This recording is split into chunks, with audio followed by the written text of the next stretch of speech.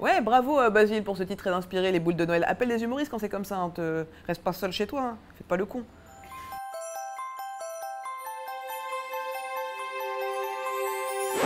Quand vous êtes en colère, vous avez plutôt les boules Noël? Alors mon coup de gueule c'est sur la Coupe du Monde. Je sais que les gens qui vont m'insulter, mais la Coupe du Monde ça m'a saoulé de ouf. En fait ce qui m'a saoulé c'est de voir les gens trop heureux. Les gens étaient trop heureux, beaucoup trop heureux. C'était les gens criaient trop. Les gens ne crient pas pour la Coupe du Monde, ils crient pour leurs problèmes, ils en profitent. Les impôts, les carburants. Et ce qui m'a le plus énervé c'est de voir des gens habillés en maillot de foot pendant les 3 jours qu'on suivait la Coupe du Monde. Vous êtes dégueulasses. En fait la Coupe du Monde ça m'a fait de voir les gens heureux comme ça, trop heureux, alors qu'ils ont des problèmes dans leur vie. Et là, d'un coup, on a tout oublié. Ça m'a fait penser un peu à qu'est-ce qu'on a fait au bon Dieu quand j'étais le voir au cinéma.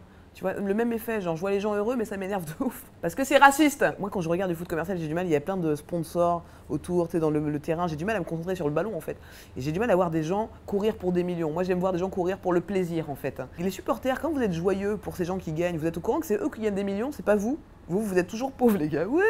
Trop de joie. Je trouve on se sert du football et ce genre d'événement pour d'un coup oublier que la vie c'est de la merde et le lendemain ça revient de la merde. Donc tu vois, les mecs qui étaient en maillot bleu il y a pas longtemps, maintenant ils sont en gilet jaune, frère.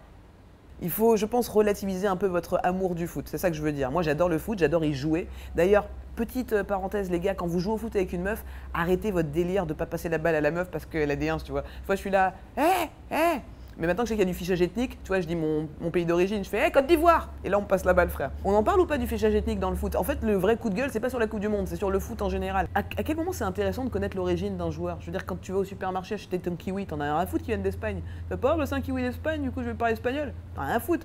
Ce qui t'intéresse, c'est qu'il soit bon. Il est bon, le joueur. Parfait, on s'en fout d'où il vient. C'est pour ça que je trouve que le livre qu'on a sorti il y a pas très longtemps, Noir n'est pas mon métier, c'est pas une mauvaise chose, tu vois. C'est même pas mal du tout, parce que finalement, c'est encore d'actualité cette merde. Parce que les gens disent, mais vous êtes sûr que c'est encore d'actualité? Absolument.